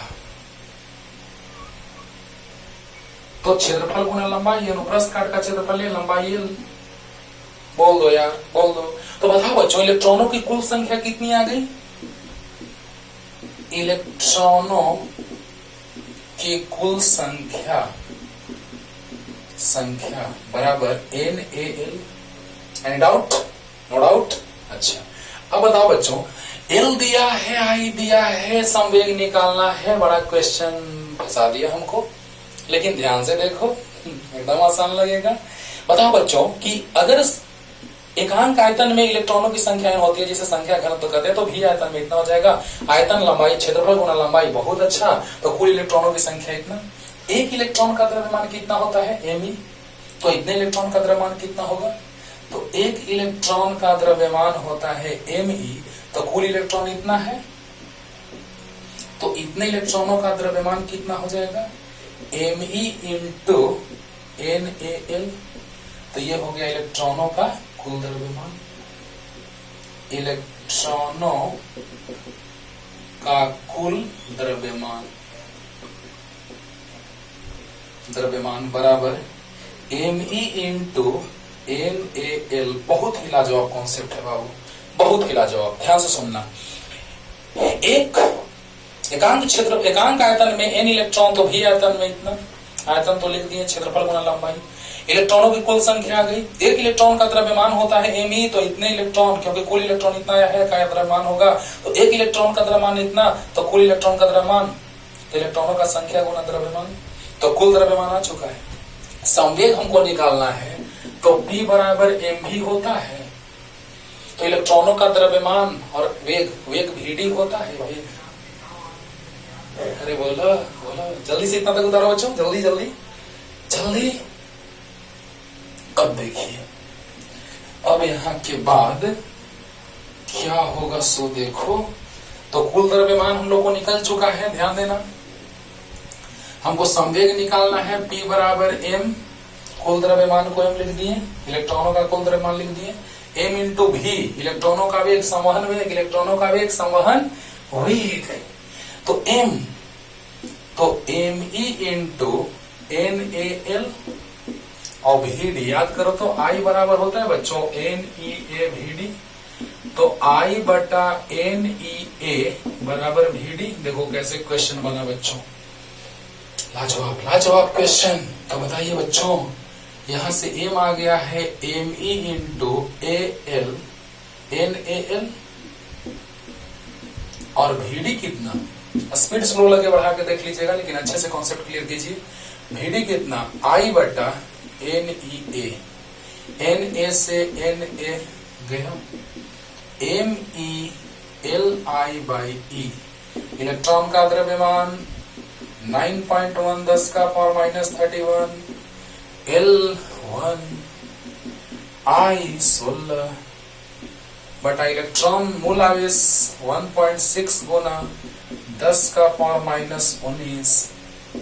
सोल्व तो करने आता है, पॉइंट से पॉइंट हट गया, पॉइंट के बाद एक अंक, पॉइंट के बाद एक अंक हट गया, 16 से 16 कट गया, तो 91 गुना 10 का पावर माइनस 12। और बच्चों संवेग है, संवेग कैसे मात्रक, द्रव्यमान गुना वेग, द्रव्यमान का किलोग्राम, वेग का मीटर प्रति सेकंड, आंसर। इसको आप स्टैंडर्ड रूप में भी बदल सकते हैं। देखो यहाँ पे 11 में से 9 गया 2 और 2 में से क्या 1 आ गया, स्टैंडर्ड रूप में 10 से भाग दे दो तो 10 से गुना कर देना, आंसर आ गया। बोलो जल्दी जल्दी उतार लो बच्चों, मजा आया होगा। इंटरेस्टिंग क्वेश्चन है बाबू। ये क्वेश्चन VVI कर दो और ये क्वेश्चन MVVI कैसे है अभी बता दें, जल्दी जल्दी। एक से क्वेश्चन आएगा, फॉर्मूला आपको याद है। अब मान लो कि तुमसे कहेगा, रुको अभी थोड़ा सा 1 मिनट और, एक क्वेश्चन जैसे ऐसे दिखा रहे बच्चों, जैसे मान लो कि ऐसे है, तुमको याद होगा Vd बराबर E tau by M B. अब मान लो क्वेश्चन में दे दिया कि विद्युत क्षेत्रता का मान दिया है, सीखलन समय दिया है, ये तो पता है 1.6 गुना 10 का पावर माइनस 19, इलेक्ट्रॉन का द्रव्यमान पता है 9, देखो ये दिया है, मान लो ये तो पता है पहले से, इलेक्ट्रॉन का द्रव्यमान भी पता है पहले से, कोई दिक्कत नहीं। अब मान लो शीतलन समय दे दिया, प्रश्न में विद्युत क्षेत्रता दे दिया, शीतलन समय दे दिया, दोनों दे देगा तो 16 नहीं हो गया, फिर नहीं निकल गया। आसान क्वेश्चन, फॉर्मूला कोडिंग क्वेश्चन है ना। अरे ई पता है इलेक्ट्रॉन का आवेश, मूलावेश, और इलेक्ट्रॉन का द्रव्यमान भी पता है, विद्युत क्षेत्रता दे दिया, शीतलन समय दे दिया, आंसर आ गया, VD निकल गया। तो ऐसे क्वेश्चन तो आपको डायरेक्ट फॉर्मूला पुटिंग होते हैं। इस क्वेश्चन में दम है, देखो 6 नंबर आगे बताएंगे, प्रतिरोधकता ये सब पे आधारित प्रश्न, लेकिन ये क्वेश्चन भी बहुत ही लाजवाब है। यदि तांबे के, तांबा कह दिया मतलब कि एक ही चालक, एक ही प्रकृति के दोनों चालक तार हैं। यदि तांबे के 2 चालक तार हो मतलब दोनों चालक तार का प्रतिरोधकता और चालकता नियत रहेगा। लिखवाएंगे आगे, ओम का नियम पढ़ाएंगे, लो अभी भी लिख देते हैं कि दोनों चालक तार, अभी तुरंत जस्ट पीछे समझाए बाबू, दोनों चालक तार तांबे के बने हैं, अतः इनका प्रतिरोधकता समान होगा, चालकता भी समान होगा, लेकिन इसे प्रतिरोधकता का जिक्र आ रहा है, आएगा अभी प्रश्न में। इसीलिए तो यदि तांबे के 2 चालक तार हो, सोचो बच्चों, अगर चालक तार वही है तो रो नियत होगा, प्रकृति। चालक तार वही है, तांबा का तार है तो तांबा का तार है, उसका प्रकृति वही रहेगा। तांबा का तार है, उसका प्रकृति वही रहेगा। राइट। अब देखिए, दोनों चालक तार तांबे के बने हैं तो इनका प्रतिरोधकता समान होगा। अब देखो बच्चों क्या कर रहा है, तांबे के दो चालक तारों की त्रिज्या का अनुपात दिया है, लंबाई का अनुपात दिया है, धारा का अनुपात दिया है, तो संवहन वेग का अनुपात पूछ रहा है। बच्चों ध्यान देना, आगे प्रश्न हम ऐसा बनाएंगे, लेकिन आज इसलिए क्योंकि ये फॉर्मूला हम आपको बताए थे, VD बराबर ई टाउ बाई एम ई बताए थे, याद होगा। और ये भी बताए थे ई टाउ बाई एम ई और ई बराबर V बाई एल होता है। अब देखो यहीं से प्रश्न उठ रहा है ये क्वेश्चन, लेकिन दिमाग में आपका नहीं आएगा तो गड़बड़ा जाइएगा। संवहन वेग और विभवांतर में संबंध मैंने आपको पढ़ाया है बच्चों, पढ़ाया है। इसी को एकदम दिमाग में सेट रखना है। ये क्वेश्चन एम भी भैया एकदम तुरंत तोड़ के रख दोगे। ओके, तो आइए स्टार्ट करते हैं। ये फॉर्मूला एकदम याद रखना है, ये चीज तो क्लियर है। जल्दी जल्दी जल्दी। अब देखो बच्चों क्या कह रहा है प्रश्न, जरा सा देखते हैं। दोनों की त्रिज्या बराबर 1:2 में है, यानी कि अगर एक तार का त्रिज्या एकदम फील के साथ कर एकदम बनाओ, एक तार का त्रिज्या अगर R1 बराबर R है तो दूसरे तार की त्रिज्या और दूसरे की लंबाई ज्यादा है, प्रश्न में कह रहा है, देखो है ना। दूसरे तार की त्रिज्या जो है वो 2R है, R2 मान लिए। लंबाई जो है वो 4 गुना है। L1 अगर L है तो L2 बराबर 4L है। फीलिंग करो ना, फील के साथ बना हुआ हो। देखो यदि तांबे के दो चालक तारों में R1 अनुपात R2 1:2, तो R1 अनुपात R2 करेंगे तो 1:2 नहीं हुआ। अगर ये R है तो ये 2R 1:2। लंबाई 1:4, तो अगर ये L है तो ये 4L। ओके, अच्छा, इसमें धारा जा रहा है I1I, तो इसमें धारा जा रहा है I2 बराबर 2I, दोना है। राइट, तो VD1 अनुपात VD2 पूछ रहा है बच्चों, प्रश्न में पूछ रहा है VD1 अनुपात VD2। व्हाट? अब सोचो, देखने में लग रहा है कि ये पतला है सर और ये मोटा है, तो इसमें संवहन वेग कम होगा, इसमें ज्यादा होगा। ऐसे कुछ नहीं बाबू, क्योंकि लंबाई भी इसका ज्यादा है। कुछ नहीं अभी कहा जा सकता है। अभी अगर हाँ लंबाई बराबर रहता तब हम लोग डायरेक्ट कह देते, त्रिज्या बराबर रहता तो हम डायरेक्ट कह देते, या त्रिज्या अलग भी रहता तो हम लोग कह देते, लेकिन क्वेश्चन थोड़ा घुमा दिया है। अब सोचो सोचो, याद करो तो बच्चों। अब यही R बराबर OL बाई A, यहाँ पे इस फॉर्मूला का यूज है, इसीलिए हम यहाँ बना रहे हैं VD बराबर E tau by M E into V by L। हाँ, इस फॉर्मूला को हमने पिछले लेक्चर में पढ़ाया है, इसलिए इस पे बना रहे हैं।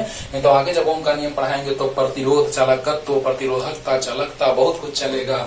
तो देखो बच्चों, R बराबर याद करो R1, तो रो L1 बाई A1, ऐसा प्रश्न बनाएंगे आगे भी, लेकिन एक क्वेश्चन हम लोग पहले यहाँ पे बना लेते हैं इस पे, क्योंकि इसका यूज है। तो R1 बराबर रो L1 बाई A1, बहुत अच्छा। रो दोनों का नियत रहेगा क्योंकि तांबा का तार दोनों है। L1 L है और A1 तो पाई R1 स्क्वायर मतलब R स्क्वायर। R2 निकाल लेते हैं, तो रो L2 बाई A2, तो रो L2 मतलब 4L और A2 मतलब पाई R स्क्वायर यानी 2R स्क्वायर।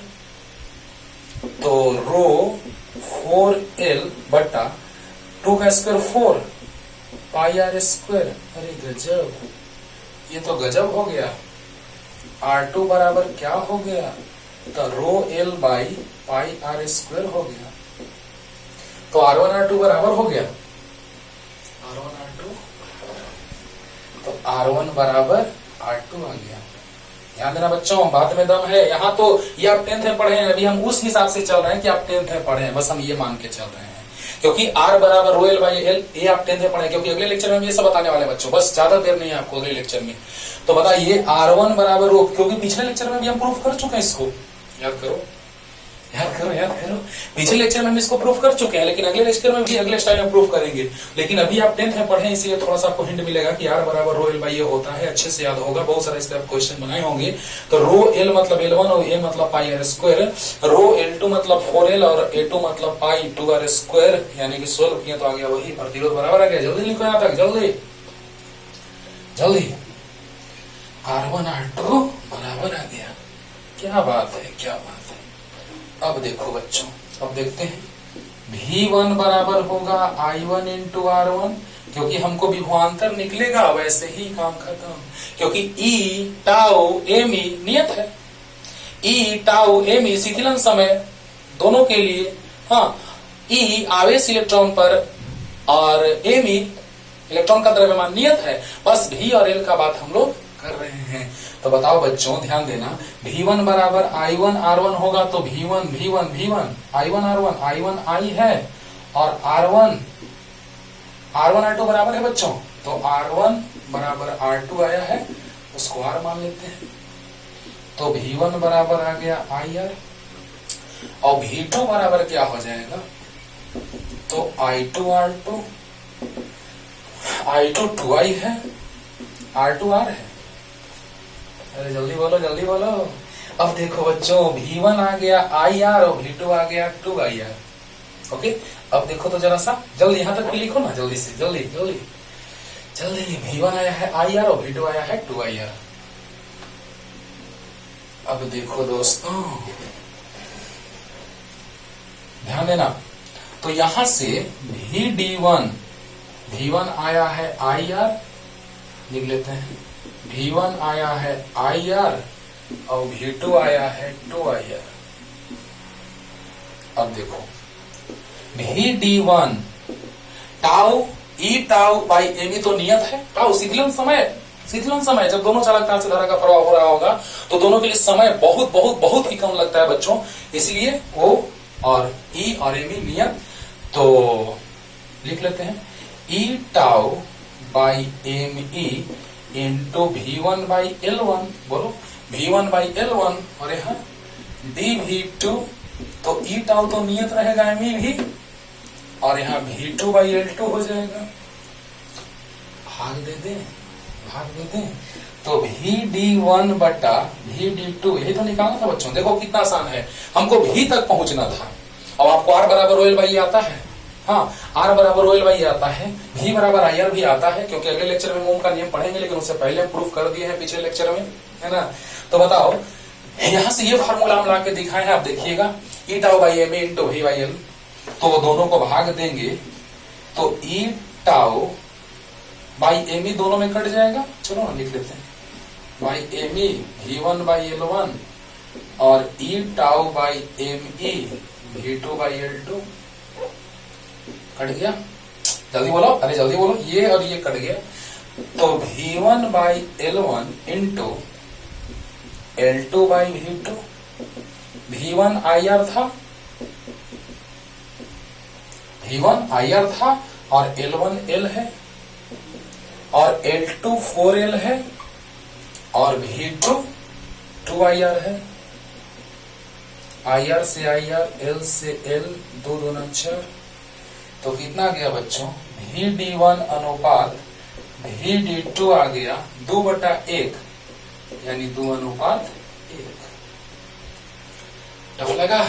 VD1 बटा VD2 सोल्व किए, तो जैसे ही VD1 बटा VD2 सोल्व करेंगे दोस्तों, तो क्या आ जाएगा, E tau by M E V1 by L1, E tau by M E V2 by L2, तो V1 बाई L1, ध्यान देना इसे ही कट गया, तो V1 बाई L1 और L2 बाई V2, तो ये हो गया IR बटा में L, IR V1 आया है L, ओके, और ये L2 4L by V2 2IR। Clear हुआ? क्लियर। तो इस तरह से प्रश्न बना, और क्लियर कीजिए इसको, एकदम अच्छे से क्लियर हो गया होगा बच्चों, क्लियर हो गया ना, हो गया ना। तो जल्दी से लिखिए, और एक छोटा सा टॉपिक और लेके आ रहे हैं, एमीटर और वोल्ट मीटर, क्योंकि ओम के नियम को पढ़ने से पहले हमको उस चीज को जानना जरूरी है। तो जल्दी से लिखिए, जल्दी।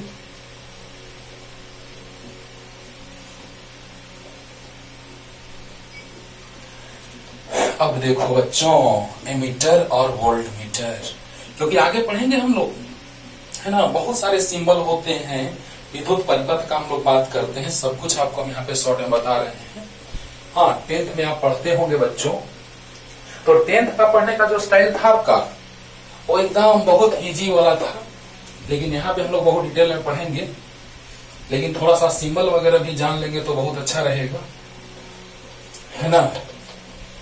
तो आइए स्टार्ट करते हैं बच्चों, तब ओम का नियम पढ़ने में बहुत बहुत मजा आएगा, देखा जाए। तो क्या है ये एमीटर?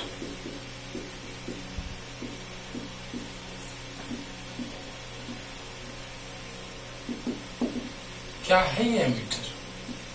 ध्यान देना, बस एक विद्युतीय उपकरण है ना, जिसके द्वारा हम विद्युत परिपथ से प्रवाहित होने वाली विद्युत धारा की माप करते हैं और इसे परिपथ में श्रेणी क्रम में जोड़ते हैं बच्चों। जैसे मान लिया जाए कि इस परिपथ में धारा का प्रवाह हो रहा है, मान लो प्रतिरोध, क्योंकि ओम का नियम का आइडिया हम पिछले ही लेक्चर में दे चुके हैं आपको, ओम का नियम भी बराबर आइडिया पिछले लेक्चर में दे चुके हैं, लेकिन अगले लेक्चर में उसको अच्छे से एकदम बतलाने जा रहे हैं। हम बार बार बोलते भी रहते हैं कि नियत पर किसी धारावाही चालक तार से प्रवाहित होने वाली विद्युत धारा उसके सिरों के बीच विभवांतर के समानुपाती होता है। तो धारा विभवांतर दोनों अगर जान जाए तो ज्यादा बेटर है। धारा तो जान चुके हैं, लेकिन धारा का माप अभी जान रहे हैं, विभवांतर थोड़ा सा जानेंगे, क्योंकि विभवांतर हम पिछले चैप्टर में हम लोग जाने हैं, लेकिन वहां विभवांतर था विद्युत क्षेत्र में, लेकिन यहाँ विभवांतर धारावाही चालक तार के सिरों के बीच। ओके, देखो ना, मजा आएगा, ध्यान देना। एमीटर है ना, वैसा उपकरण है जिसके द्वारा परिपथ से प्रवाहित होने वाली विद्युत धारा की माप की जाती है। लेकिन कैसे, जरा देखिए। भी मान लो है 10 वोल्ट, प्रतिरोध मान लो है 5 ओम। तो ओम का नियम तो आप 10th में पढ़े हुए हैं, लेकिन हम तो पढ़ाने ही वाले हैं अगले लेक्चर में, स्टार्ट ही होगा, अगला लेक्चर स्टार्ट ही होगा ओम के नियम से। तो भी 10, आई नहीं पता, R 5, तो I बराबर 2 एम्पियर, यानी यहां पर हमने एक एमीटर लगा दिया।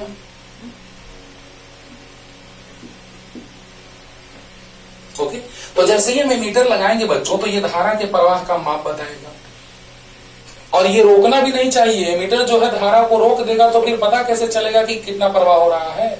अगर इसका प्रतिरोध बहुत बहुत ज्यादा हो जाए तो ये धारा का प्रवाह नहीं होने देगा, यानी कि एमीटर का प्रतिरोध बहुत ही कम होता है और इसे परिपथ में श्रेणी क्रम में जोड़ा जाता है।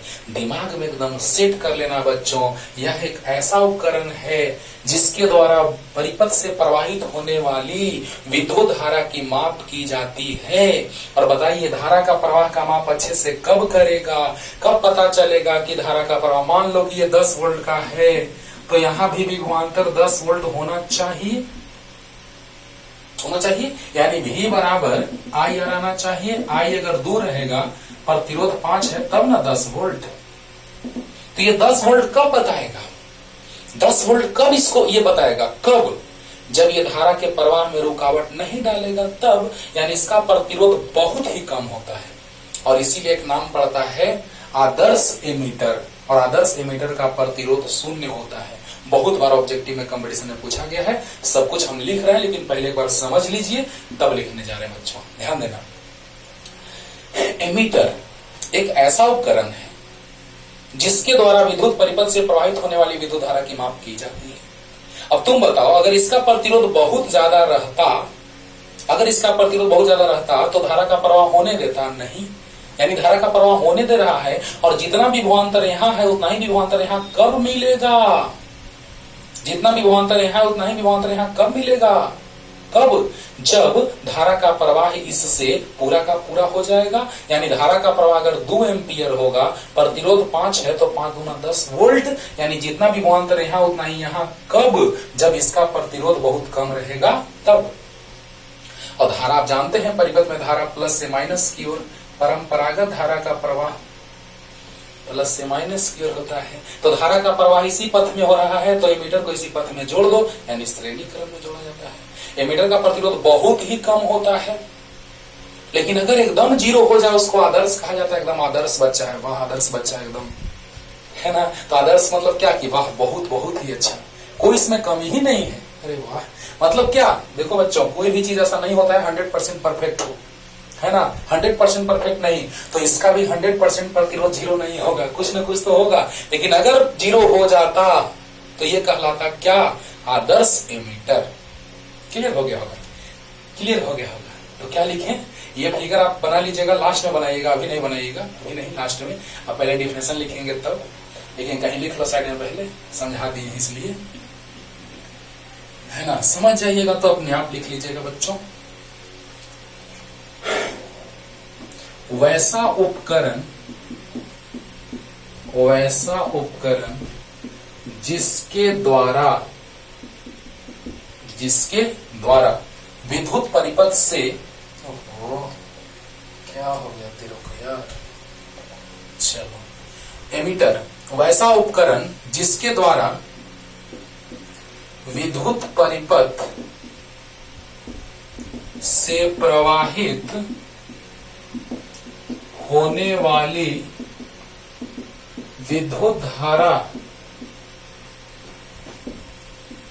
विद्युत धारा की माप की जाती है एमीटर कहलाता है।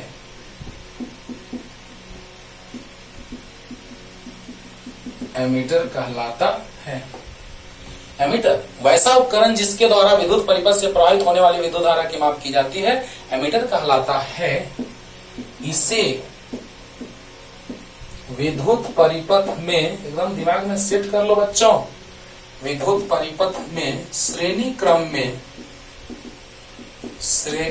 में जोड़ा जाता है।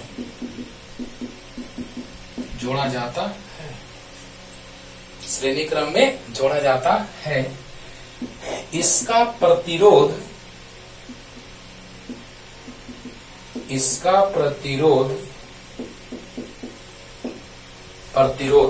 बहुत ही कम होता है।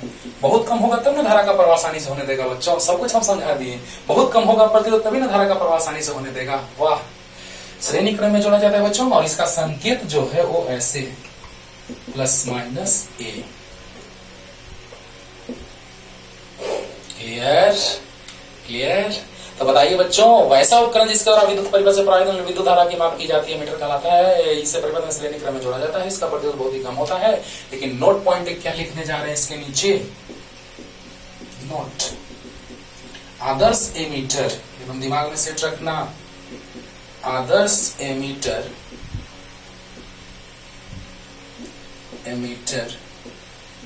जिसको इंग्लिश में अमीटर कहते हैं, आदर्श एमीटर का प्रतिरोध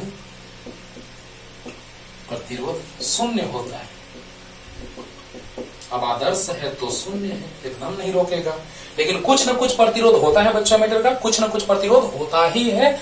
लेकिन आदर्श अगर आ जाए तो समझ जाना कि आदर्श में प्रतिरोध क्या होगा, शून्य होगा। अरे सोचो ना, ऐसे याद रखना ना, प्रतिरोध बहुत कम होता है मीटर का। देखो इसका प्रतिरोध बहुत ही कम होता है, तो बहुत कम और आदर्श हो गया तो शून्य।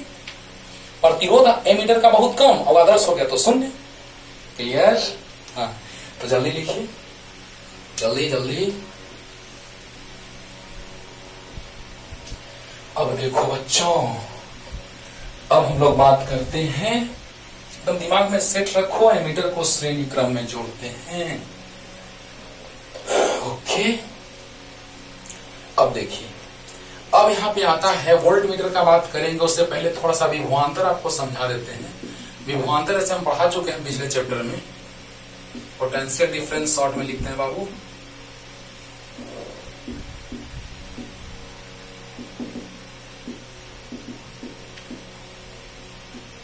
विभवांतर, पोटेंशियल डिफरेंस।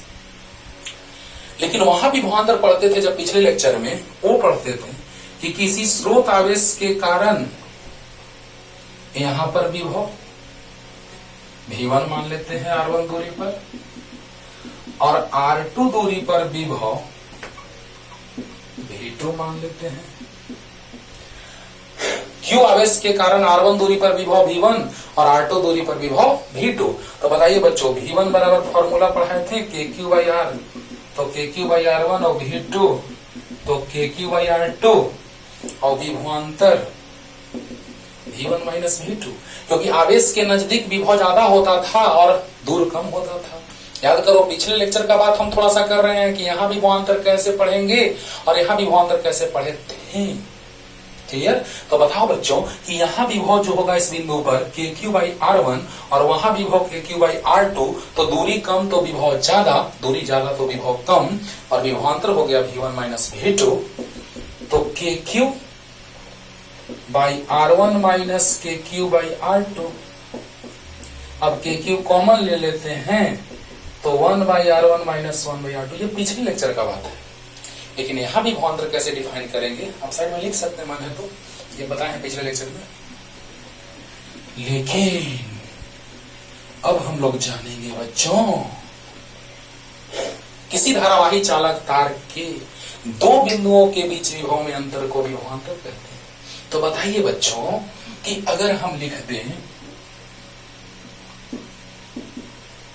किसी धारावाही, बड़ा इंटरेस्टिंग बात हम यहाँ पे बताएंगे अभी, किसी धारावाही चालक तार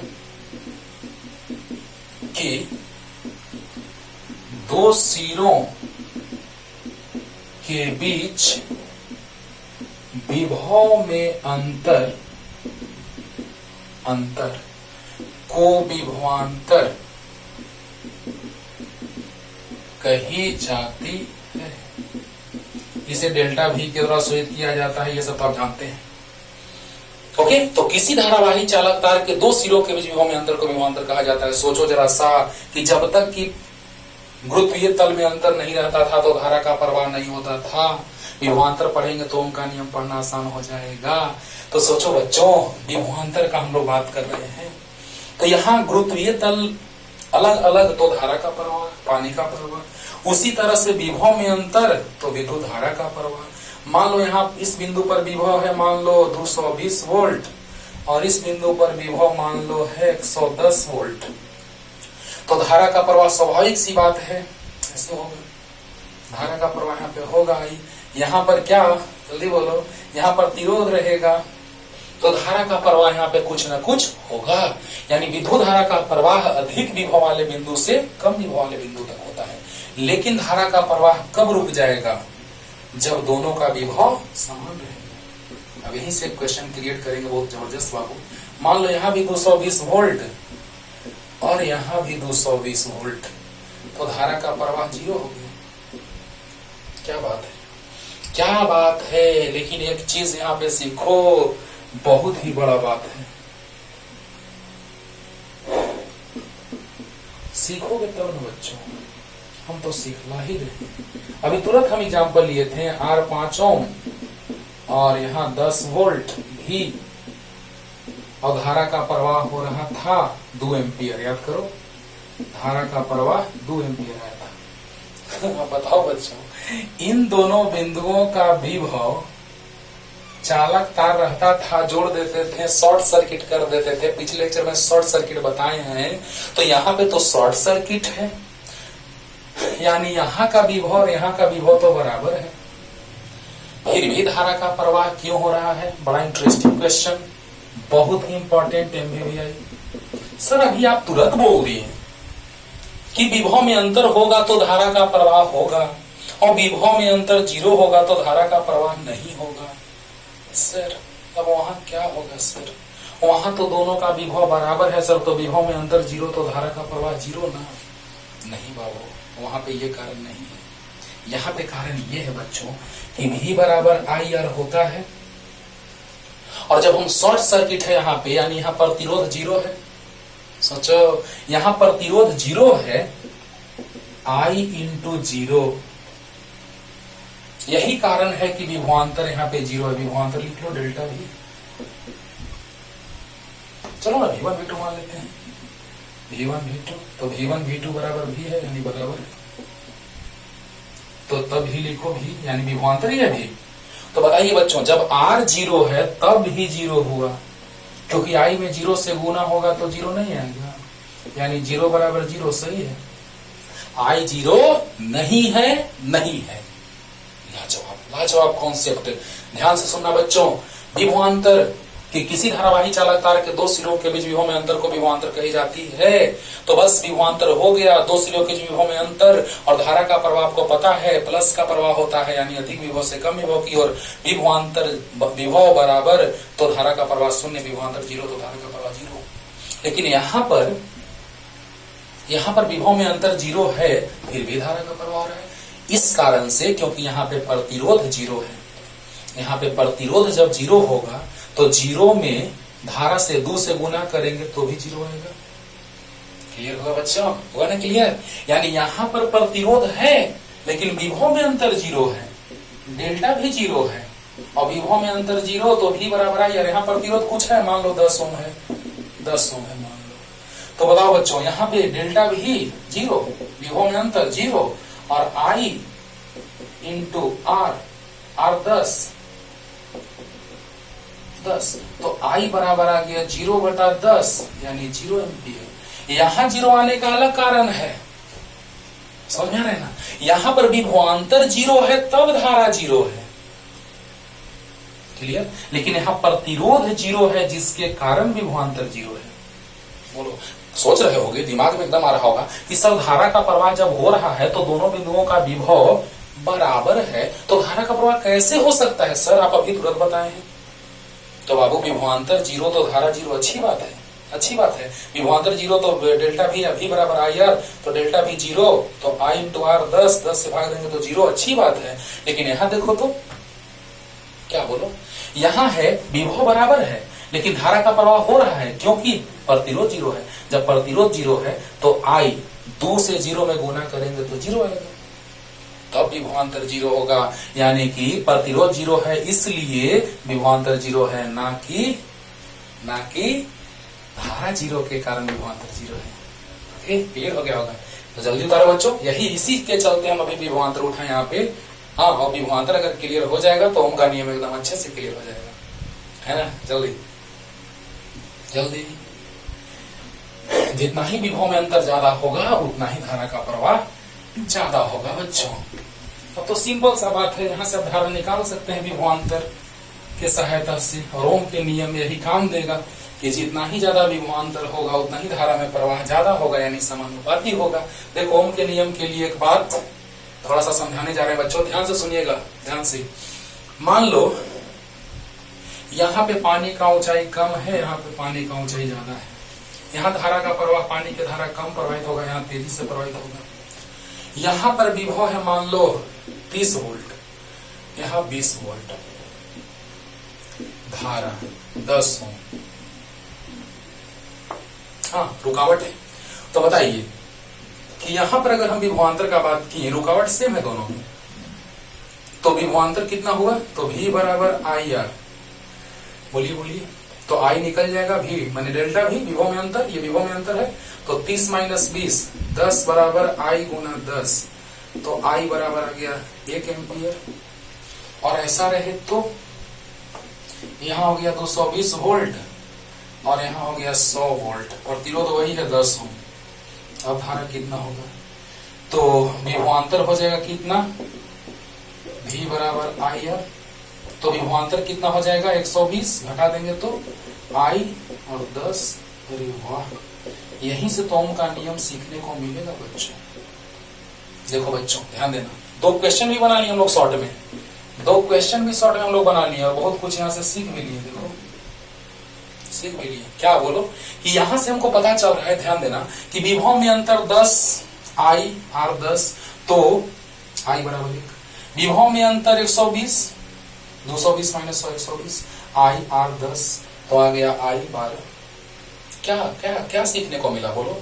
यही सीखने को मिला कि जितना ही विभवांतर ज्यादा होगा, जितना ही ऊंचाई ज्यादा पानी का प्रवाह तेज, जितना ही ऊंचाई कम पानी का प्रवाह कम, तो जितना ही विभवांतर कम धारा का प्रवाह कम, जितना ही विभवांतर ज्यादा धारा का प्रवाह ज्यादा। क्लियर हुआ? हो गया होगा। ओम के नियम यही तो काम देगा, है ना? अब हम लोग जानेंगे वोल्ट मीटर, थोड़ा सा जान लेते हैं बाबू। वोल्ट मीटर विभवांतर को मापने का काम करता है ये, ध्यान देना।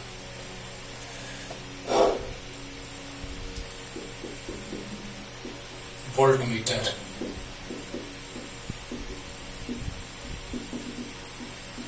वोल्टमीटर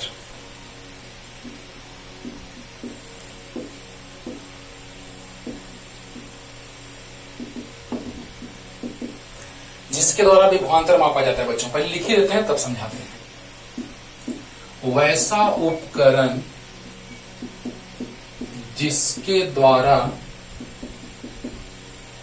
द्वारा विद्युतीय अवयवों विद्युतीय अवयवों जैसे पंखा, बल्ब इत्यादि, बल्ब, पंखा, अवयवों के सिरों के बीच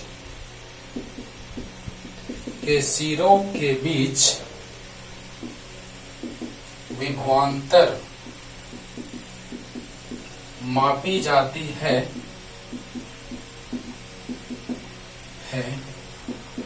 वोल्टमीटर कहलाता है। वोल्टमीटर कहलाता है। इसे विद्युत परिपथ समानांतर क्रम में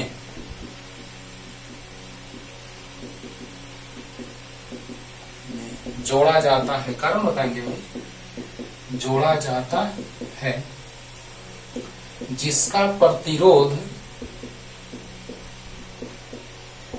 बहुत ही अधिक होता है। बहुत ही अधिक होता है। और इसे सूचित कैसे करते हैं बाबू? तो ऐसे भी प्लस माइनस देखा जाए, ध्यान दिया जाए। वैसा उपकरण जिसके द्वारा विद्युतीय अवयवों के सिरों के बीच विभवांतर मापी जाती है वोल्टमीटर कहलाता है। मतलब वोल्टमीटर के द्वारा विभवांतर मापी जाती है और अमीटर के द्वारा परिपथ से प्रवाहित होने वाली विद्युत धारा मापी है ना। वोल्टमीटर के द्वारा विभवांतर, अभी समझा रहे, फिगर बना के क्लियर करते हैं। इसे परिपथ में समांतर क्रम में जोड़ते हैं, याद रखना है। एमीटर को श्रेणी क्रम में और वोल्टमीटर को समानांतर क्रम में, जिसका प्रतिरोध बहुत ही अधिक होता है। बहुत अधिक क्यों, समझा रहे हैं। और इसे ऐसे सूत्र करते हैं, भी प्लस माइनस। जल्दी अब देखो बच्चों, विभवांतर मापते हैं, समानांतर क्रम में जोड़ते हैं, सब कुछ सिखला रहे हैं। देखो ध्यान देना, इसका प्रतिरोध बहुत अधिक होता है। और एक बात और यहाँ पे लिखेंगे, देखो एमीटर का प्रतिरोध बहुत कम था तो आदर्श एमीटर का शून्य हो गया था। एमीटर का प्रतिरोध बहुत कम था तो आदर्श हो गया तो शून्य हो गया। और वोल्टमीटर का बहुत अधिक होता है तो आदर्श होगा तो बहुत अधिक अनंत हो जाएगा। अरे वाह, तो यहाँ पे एक वीवीआई पॉइंट कर दो। आदर्श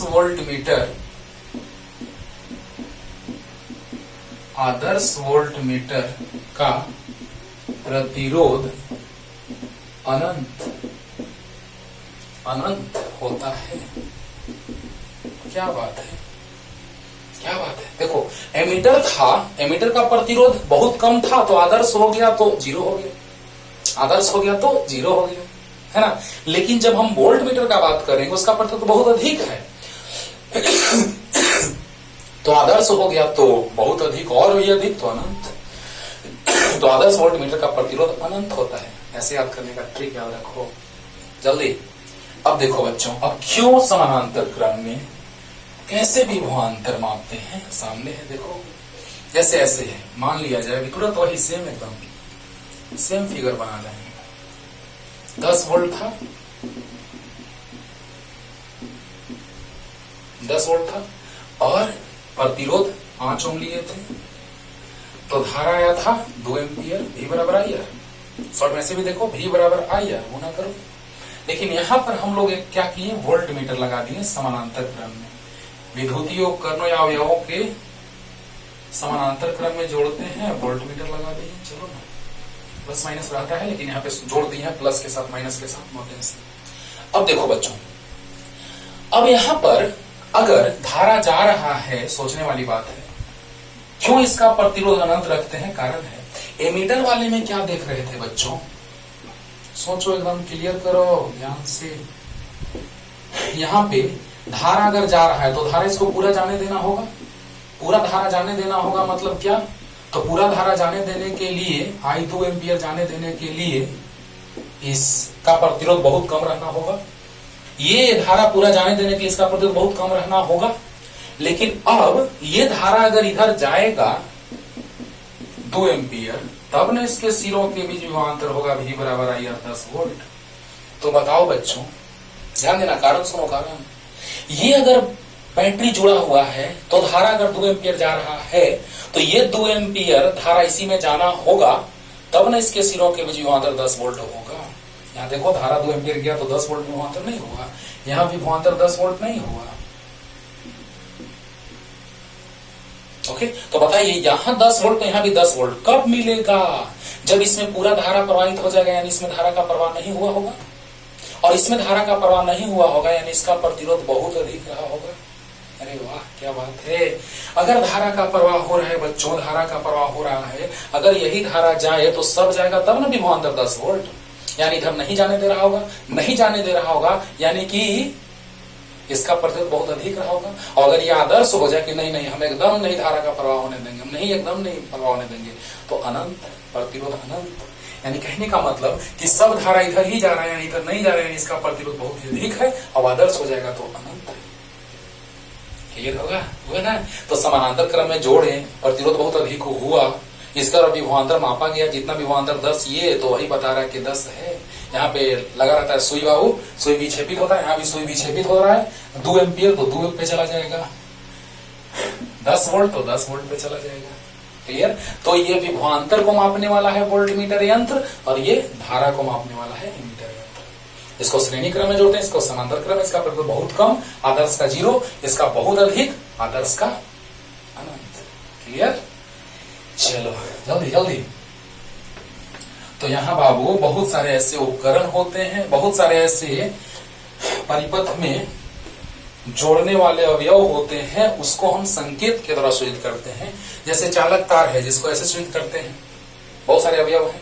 अगर चालक तार को जोड़ दो तो यहाँ पे ज्वाइंट है, ज्वाइंट जोड़, ये चालक तार है, ये चालक तार का यहाँ पे जोड़ है, और ये 2 चालक तार पार कर रहे हैं एक दूसरे को बिना स्पर्श किए हो, उसको ऐसे सूचित करते हैं। देखो 2 चालक तार है, ऐसे लग रहा है कि टच नहीं है, लेकिन ऐसे लग रहा है कि टच है, टच नहीं है, ऐसे पार कर रहा है बाबू, ऐसे ऐसे। क्लियर। हाँ, अब सेल को ऐसे रिप्रेजेंट करते हैं, सूचित करते हैं। हाँ, बैटरी को एक से अधिक सेलों के समूह को बैटरी कहते हैं, तो ऐसे ये सेल है, ये बैटरी है, चालक तार का जोड़ ज्वाइंट, ये है दूसरे को ऊपर से पार करने वाले चालक तार। फिर ये है बंद स्विच। चलो पहले खुला स्विच बनाते हैं। खुला स्विच को 2 तरह से रिप्रेजेंट करते हैं बाबू, ये भी है खुला स्विच और ये भी है खुला स्विच। क्लियर। और बंद स्विच में देखो क्या करते हैं, इसको ऐसे और इसको ऐसे अलग अलग बना दें। ये है खुला स्विच, खुला स्विच, और बंद स्विच ऐसे बाबू, बस एक बिंदु जैसा दे दो, बंद हो गया बंद स्विच। और ये भी है बंद स्विच, सटा दिए तो बंद स्विच हो गया, सट गया बंद स्विच। क्लियर। बल्ब को ऐसे रिप्रेजेंट करते हैं बच्चों, चाहे तो ऐसे और चाहे तो ऐसे। Clear clear. एमीटर को तो अभी रिप्रेजेंट किए थे बच्चों, प्लस माइनस, वोल्ट मीटर को प्लस माइनस, लेकिन गैल्वेनोमीटर एक आगे पढ़ेंगे हम लोग, चल कुंडली गैल्वेनोमीटर, चल कुंडली गैल्वेनोमीटर, उसमें प्लस माइनस नहीं देते हैं, कैसे भी जोड़ दो नो टेंशन, लेकिन इसमें प्लस प्लस माइनस माइनस साथ में जोड़ा होगा, प्लस को प्लस से, माइनस को माइनस से, प्लस को प्लस से, माइनस को माइनस से, लेकिन गैल्वेनोमीटर में कोई टेंशन नहीं है। ओके।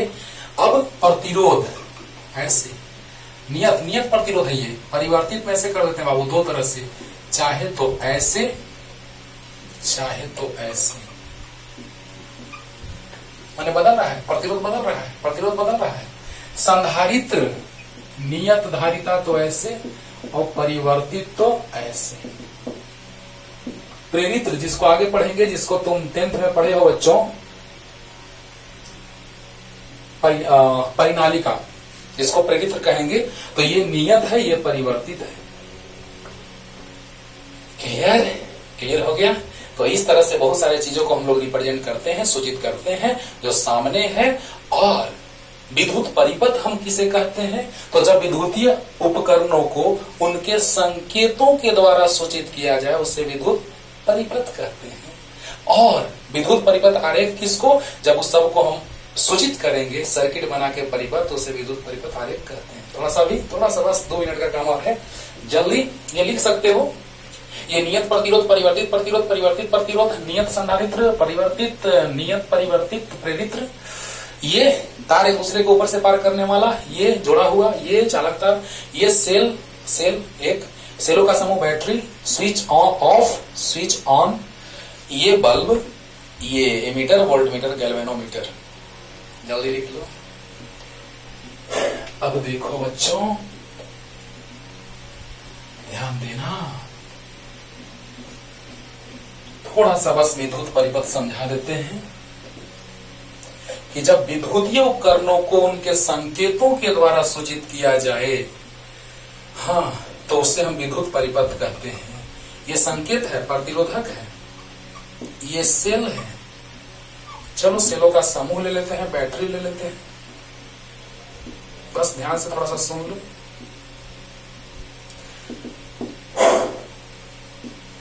यहां पे अमीटर को श्रेणी क्रम में जोड़ दिए, वोल्टमीटर को समानांतर क्रम में जोड़ दिए। क्लियर? तो ध्यान देना, विद्युत परिपथ किसे कहते हैं? तो जब विद्युतीय उपकरणों को उनके संकेतों के द्वारा जोड़ा जाए, स्विच ऑन कर देते हैं, तो इसे विद्युत परिपथ कहते हैं। और इसे ही जब उन्हें संकेतों को सूचित किया जाए आरेख बना करके, उसे विद्युत परिपथ आरेख कहते हैं। जब विद्युतीय उपकरणों को इनके संकेतों के द्वारा सूचित किया जाए, हाँ, और परिपथ में जोड़ा जाए, उसे विद्युत परिपथ। जब विद्युतीय उपकरणों को उनके संकेतों के द्वारा सूचित करके परिपथ में जोड़ा जाए, उसे विद्युत परिपथ। ओके, और इन्हें जिस आरेख के द्वारा सूचित किया जाता है उसे विद्युत परिपथ आरेख कहते हैं। क्लियर हो गया होगा? लास्ट रिपीटेशन, विद्युत परिपथ जब विद्युतीय उपकरणों को उनके संकेतों के द्वारा जोड़ा जाए, परिपथ में जोड़ा जाए, उसे विद्युत परिपथ कहते हैं। और उससे संबंधित आरेख को विद्युत परिपथ आरेख कहते हैं। क्लियर? पढ़ते रहिए, अगले लेक्चर में लेके आते हैं बहुत इंपॉर्टेंट लाजवाब कॉन्सेप्ट, ओम का नियम।